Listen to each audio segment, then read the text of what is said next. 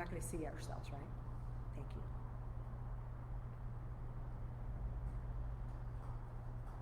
We got this. Hi everybody, I'm Pam, Hi, Darlene Pacheco. Welcome. and we're with DIPFR, the Directorate of Personnel and Family Readiness, and we work within the Personnel Readiness branch. So some of the topics that we cover within our branch all fall under readiness of soldiers, readiness of family members. So we will take care of the soldier the soldier processing. We do family care plans, so if you need assistance with that, we conduct care team training, SFRG training, and then most importantly for this section, we assist commanders, soldiers, and family members preparing for the military mission. So we're just going to take a couple minutes and talk about how do you prepare for the military mission. Now I'm going to turn this over to Dar because she's got this wonderful product that we will give out to everybody, and then we'll get in a little bit more into the depth of things. So Dar? Thanks, Pam. Pam's my battle buddy. You need a battle buddy to get through any exercise. So listen, Pam, deployments, exercise, they're stressful. I don't care how much you prepare for them. Every deployment, every exercise is very different. So the key to success is being as prepared as possible. So we have this on our website. It's called a readiness workbook. And so I kind of equate this to a soldier's I Love Me book. Exactly. Yeah. This is a family I Love Me book. So this kind of prompts your soldiers and family members to have a discussion about those things that we often forget about. Powers of attorney.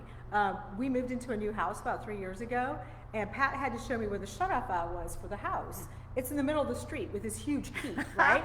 And so had I not known that, I would have flooded, I mean, the whole house would have flooded. But this is really, it prompts, and that way, you know, your family book, everybody knows where the documentation is. Like, you know, how do you set up your household finances when your soldier leaves? Are you going to have one account?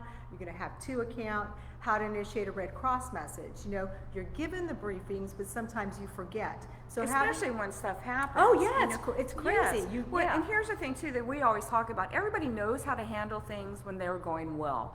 It's when the stressors hit that all of a sudden you forget everything, which again emphasizes why this is so important to have this book and have that discussion prior. But let's talk about, so you mentioned power of attorneys. Mm-hmm. So wait, can I just say one thing? Yes, you can say two things.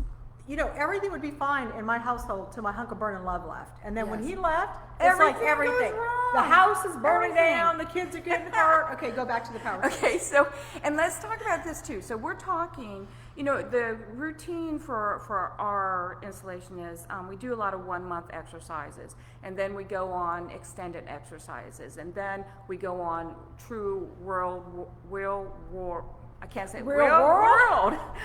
deployments.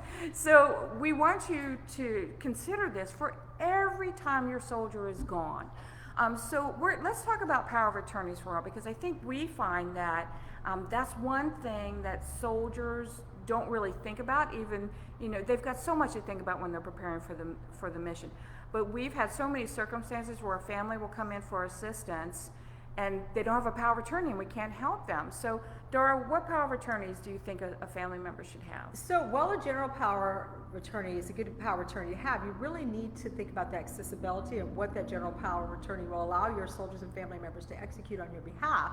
And so here on Joint Base Lewis McChord, there are special individual powers of attorneys that your family members are going to need. And so this workbook kind of helps you outline all those things of what, you know, so for instance, transportation will not accept a general power of attorney. They require a special power of attorney, specific power of attorney. So having that conversation, and it's not, these are tips and tools for deployments, but this is really good to have at all the time. So where would they go to get a power of attorney? So you would go to your JAG office, and I believe they take walk-in appointments, so you can make an appointment with them.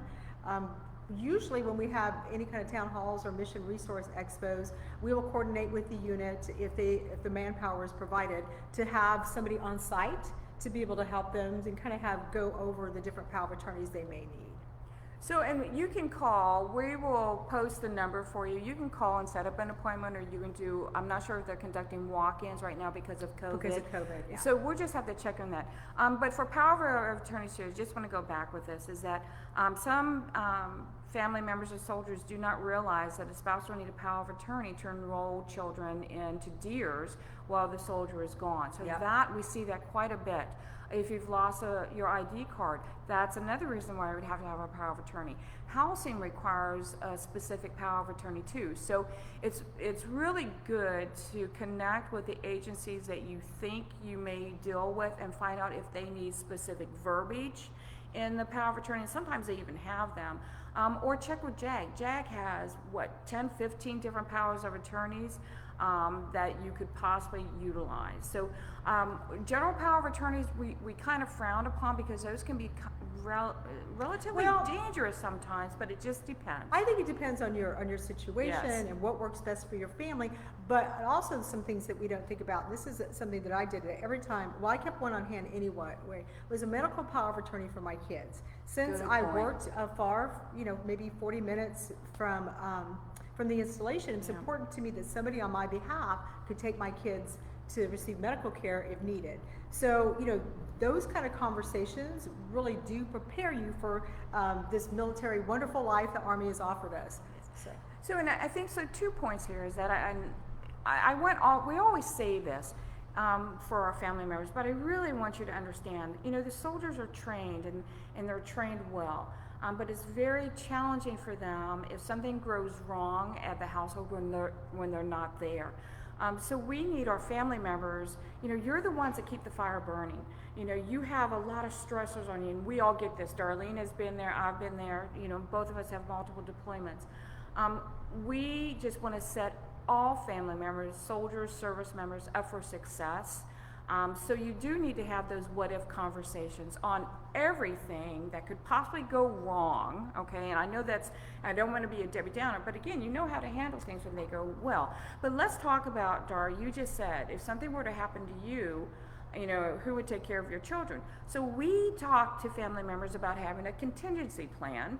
So, Dar, can you, it's similar to a family care plan, but more of a civilian side. So, Well, Dar, you want to? I think it's a couple of things. I think it's always best to have a plan and then have a backup plan. Yes. Who's going to watch your kids? Who's going to be able to babysit? And that's a good trade-off for your family members. And the other thing that I want to talk about is self-care. And Wonderful. so Yeah. this is something that I did really good during deployment for my family members. I was really good about nurturing my family members, making sure that I was at every football game, every soccer game, every sporting event that they were at, that's where I was at. But I really wish I'd taken really better care of myself. Yeah. That I had, so I think of it as the body, mind, health kind of concept. It's the total package, because when you refill your glass, then you can give back to others That's as right. well. So making sure that you exercise. And so now during COVID, we have the workout of the day, which I absolutely love. You don't need any equipment. You can just go online. You can do that. Oh, that's great. That is. Yeah, but for your kids, what's it called? YMCA. Okay, the YMCA, they have discounted resources for your family members. So make sure that you're not only nurturing others, but you're really taking care of yourself. Get out and walk, exercise, make some personal goals for you, not only you, but your family member. That's the one thing I wish I had done differently, Yeah. was take better care of myself. And I wish I hadn't drank so much wine, so I guess that goes into that as well. So, all right, so we do have a question from Christy, and Christy asks, are there any support groups for spouses of deployed soldiers on JBLM? Well, for individual support groups sponsored by the installation, at this time we don't. But I'm going to ask you to do a couple different things, because I know it's different when you're connecting with family members that are like-minded and both of you are going through the same things. Check out your FRG or your SFRG. Those are women. If your soldier's deployed, then hopefully some of the other soldiers are deployed too, and you're going to have some common bonds. So I would check them out. I would connect with your faith yeah. group. That's wonderful. A spiritual connection is just that one-on-one conversation, which is again kind of hard for COVID. I would also connect with maybe volunteering, because it's not just the family soldiers and the family members who are going through a deployment. You just need somebody that can support you emotionally, somebody that's going to be positive, somebody like a battle buddy. A walking that we talked buddy. about. I mean, a Yes. walking buddy. You can go on a walk and go on a jog and have those conversations. This is one thing I learned very quickly. Every Army spouse, every Air Force spouse, if their spouse is ever deployed, regardless of rank, we've all gone through those same kind of challenges. Yes. We're all experiencing. So here's the takeaway from this is you're never alone. You Good always point. have somebody to support you, whether it's the SFRG, another spouse, resources. So get out, figure out what those are. There's always somebody to help you. Yeah. Find a battle buddy that you can trust. And that A you can do it. positive A battle positive buddy who that drinks is wine. who drinks wine. Not a lot, just a little. And I'm going to give you our office phone number too. Please always reach out to us. You know, again, we've been there, and if you don't have somebody that's there that you can just bounce things off, I will always offer my services and Darlene as well.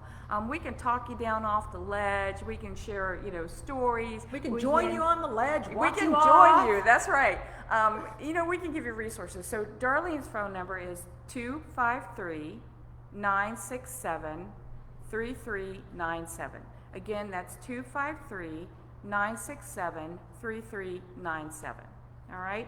So let's go back with some more preparation. So you had 2 kids. Well, your honey was deployed. Yeah. I had 2 children as well. Multiple different stages, Yeah. different ages, and each age group is a little bit different, challenges. So how did you prepare your children when Pat was getting ready to go? So I think that's key to what you say. You handle it differently with the stages that they're Yes. in. And so you have those honest conversations. I don't think there's any good in not preparing them. But we did let them know the schools now have military family life counselors, and they have support groups within Yeah. the schools as well. But just having that conversation and of the truth of, Mom, Dad's going to be gone. Things are going to look a little bit differently. We're going to function a little bit differently. We're going to be here to support one another. By the time Dad came home, because this is how crazy it is, there was, the microwave had gone out. There was a TV on top of a TV. There was tape on this and tape Everybody's on on that. survival mode. Yeah. Everything, and yes, Because for me, there's nobody's doing. There's 2 different. There's deployment Dar, which I call deployment Darlene, Yeah. and then there's Garrison Darlene. Garrison Darlene can't do anything for herself. I mean, she can't even kill a spider because my husband's home to take care of it. Deployment Darlene is very self-sufficient. Yes. She really learns to do things for herself. She kills those spiders. She becomes, all things to the kids. Which is really surprising, because this is if your soldiers are getting ready to come back. So, and if we have time, we'll talk about some reintegration, reunion things, but I want to put this as Darlene has brought up a very good point, is that, I think all of us, you just become very dependent on your loved one, Yeah. and, everybody has their roles. And then as your soldier leaves, you kind of gain those roles, and you become very, very independent. And that transition back to when your soldier comes home, that is a little challenging sometimes, because they're give and take. it is. Yeah. They're expecting something totally different, Yeah. and here you are just, I got this, and letting things go. Yeah. So there's a little bit of challenges, but I love it, because there's growth in deployments. There's some stressors too, but there's so much emotional growth, and then, if you have goal setting, there's good that can come Yeah. out of this. Yeah. So don't make, if your soldier's if it's a month, if it's longer, don't make this harder on yourself than what it needs to be. You always have to hunt the good stuff, what we used to call in resiliency. You always have to find the good, and you can't find the good if you're just stuck in a place. So do positive things for yourself, okay? Well, and if you don't have that battle buddy, that trusted agent, you do have, again, embedded in every brigade. So many resources. Is the military family life Yes. counselor. And so I call it a data dump. Maybe you just need to talk to somebody once, and you're just dumping everything. They can, help you navigate some of those Yeah. feelings that you're going through. Yeah. So, And your kids too. So getting back to children, it was so funny, when talking about the stages of deployment, when my kids were younger, they knew that Dad wasn't there, and that was, you have some emotional things when they used to go to the door waiting for Daddy to come back. There's some, I just remember that. But for this, it's odd how our children translate information or situations. So my oldest son, once my husband left, he kind of took over the role of being father to my youngest son and thinking that he was now the man of the house. That was never said, and that was one thing that I kind of regret, is that we never really sat down and told him, and we had some discussions. I'm the mom, I got this, but he felt so responsible. So, sit down and talk to your children about expectations. You're not the man of the house. And soldiers, if you're getting ready to go anywhere, please don't tell your children or your son, you're the man of the house, take care of mom, take care of the kids. That's too much pressure on them, that really is. But it goes back to, just as we always say, you have to have expectation management. I want you to set those for your children too, all right? Be careful of the stressors that we're putting on them.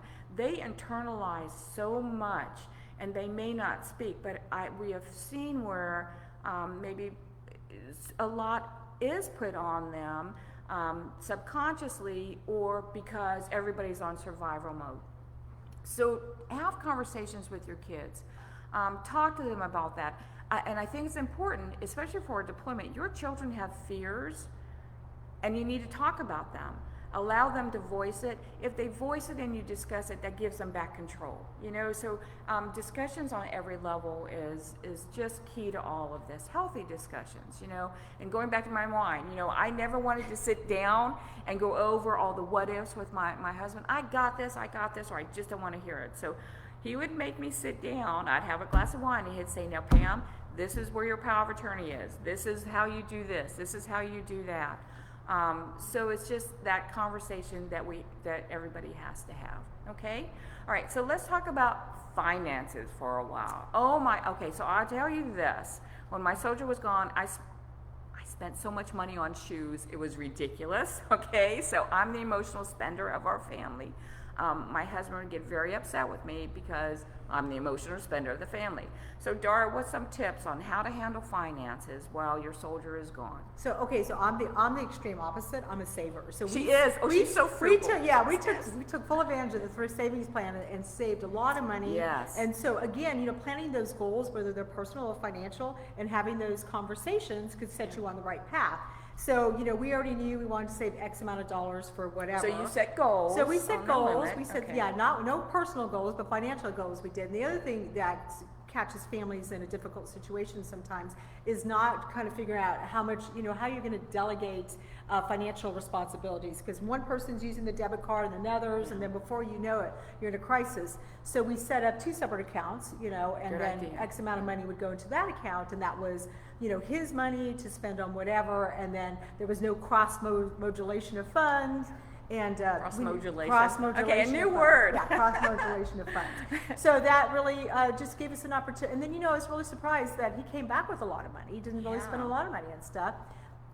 So we planned in that way. I'm the bill payer anyway, so that was pretty easy. But if you're not the bill payer, do you know the passwords? Are you going to send them out on automatic payment? Automatic payment, I'm a fan of. Well, that's why I love Yes. this book, because Yeah. and you can tweak it and make it your own. You can add things or but passwords, from MyPay, you can have a sponsored password so that spouses can. So what that means for you, so your soldiers pay stub, it's called an LES, and it will be on MyPay, it'll be posted. So your soldier can give you restricted access. So it's not like you can cipher money and put it, in a secret account.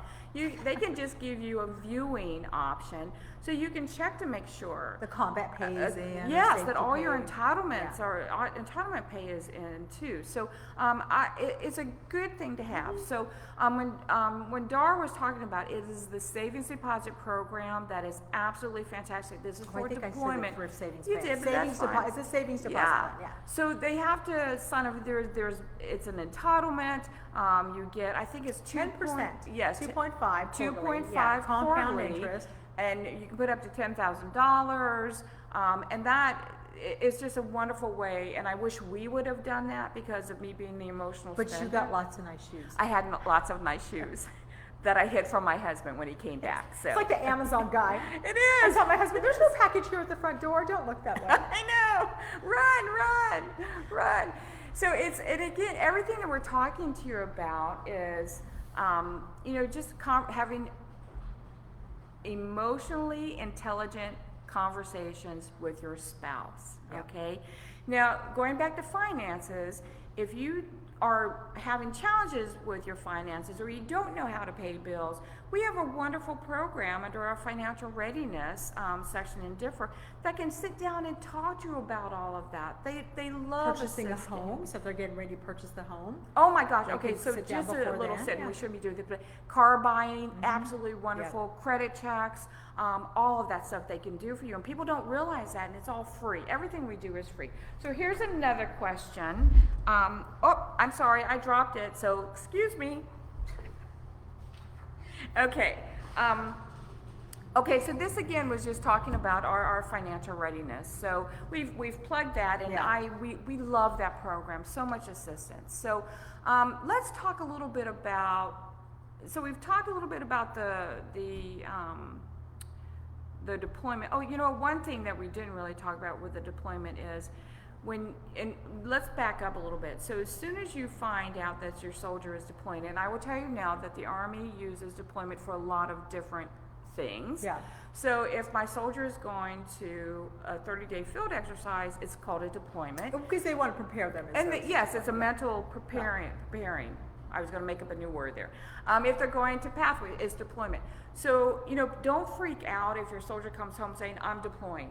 You have to slow your heart down. What do you mean by that? So there's differences. But when you're getting ready, when you know it is even 30 days or when it's longer, I'm telling you, stressors. Everybody is on heightened, you know, emotions. I used to get so mad at my husband for a war deployment. I would pick fights with him. Oh, that's so good. Yeah, because and this was how immature I was. No, I still do it. But now I know. At least now I know now why I do it though. But Because, now, yes, because now I you pick, and then I realized I think that's a coping mechanism for me. It is. I've been married 35 years. I still use that, and he's not in the Army anymore. It works. It does. Well, I don't know if it works, but that's what we do. It's coping. It It's is. coping. It is a coping mechanism, and I think intellectually or emotionally, I thought, okay, if he leaves when I'm mad at him, it's not going to hurt so much, Yeah. you know. So it's the stressors. So what we want you to do is just calm down, be in the moment, enjoy your soldier. Soldiers, you know, enjoy your family member while you're there. There's going to be stressors, but y'all just keep it real, okay? You'll get All through right. it. You will get through it. Yeah. And if you're having challenges, dear Lord, we've got so many We got your back. resources. We got your back. Yes, we got your Yeah, back. you got we are this. here. Yeah. We're your support team, Yeah. okay? All right, so let's talk a little bit about, I'm not sure how much time we have. We've got about 10 more minutes. Okay. So, when we're talking about deployment, we have to also include the reunion process. So we have a lot of soldiers that are coming back, and family members are so excited, and you know, you're trying to navigate all this with COVID. So we always talk to family members and we ask them, well, when do you start preparing for the reunion with your soldier? So Dar, when would you suggest? And tell me what you would do to start preparing. I prepare 6 months. Well, I'm preparing the day he leaves. The day he leaves, I'm preparing for that reunion. Okay, I'm preparing the week before he gets home. Okay, that's how different we are. I'm preparing the day he leaves. I'm already counting down, marking down the days till my hunk of burner love gets home. So again, you know, because I am very goal oriented, I'm already starting to work out through that entire year the things financially. I didn't do the personal stuff that I wish I had done. But you know, it's little things like, okay, if your car's in the garage for 4 months, you probably need to start it or the battery will die. You know, those kind of things.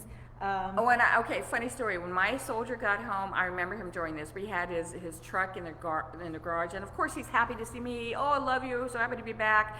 But honestly, he did a scan around his truck to make sure that I hadn't done anything. So, but we also suggest, you know, you need to start talking to your soldier. I love modern day now, and I say that modern because I'm old. Y'all have so much connectivity where you can talk to your soldier, where you can see your soldier. So that helps with the communication, it really does. But start preparing about a month out. You know, you want to email and talk about, well, what's your expectations? Yeah. Well, I don't have any expectations. But everybody has And expectations. I always say this, you don't know that you have expectations until they're not met. And then, whoa! But you know, it was funny because I remember the first time my husband deployed, and he'd gone to say something, and he stopped himself and he said, oh, the chaplain said I shouldn't do that. And I love that because that meant on their side, they were having those same conversations. Yes. So it's not a one-sided reintegration. You know, the team, wherever you're at is focusing on the soldiers and helping them navigate some potential challenges. But I thought that was really interesting because first of all, he was paying attention. Yes. And he took it to heart. Yeah. Of what the chaplain said, and probably it was something with child rearing, where they just kind of want to come in and kind of take over, and they know they have to negotiate that a little differently at first. This is how we're parenting, or this is how we're handling this situation. So, but I think that's something too. So you said a good thing. So when in the discussion with your soldier, you kind of have to discuss, well, this is what's happening now. These are curfews. Betty's wearing makeup now. Johnny's driving. Go over what has changed, even though you're talking to them a lot and they see. I think sometimes soldiers, when they come back, they kind of have that expectation where everything is the same. All right. So we've only got a few more minutes. So this is what I would tell you. For those of you that are getting ready to have that wonderful reunion with your soldier, and you've not going to a reintegration briefing that your unit has set up, please give us a call. We will sit down and go over everything with you. And our soldiers are so happy that we do that for the family members. Our family members, those that have been through multiple deployments, have said, I wish I would have attended one of these, the first deployment, the first reunion. So, Dora, go ahead. No, so how do you stay connected? Please, connect with your SFRG. They send out information, like your unit's Facebook page. Most units try really hard, whether it's for NTC or YTC, to have some kind of town hall with the resources that we've discussed. So family members, whether you can chime in live, take advantage of the different opportunities that are there for you, because again, you're not alone. You do have the resources. And you have us, all right? And then a battle. A battle, buddy. Out. We'll see you later. Deuces. Thank you.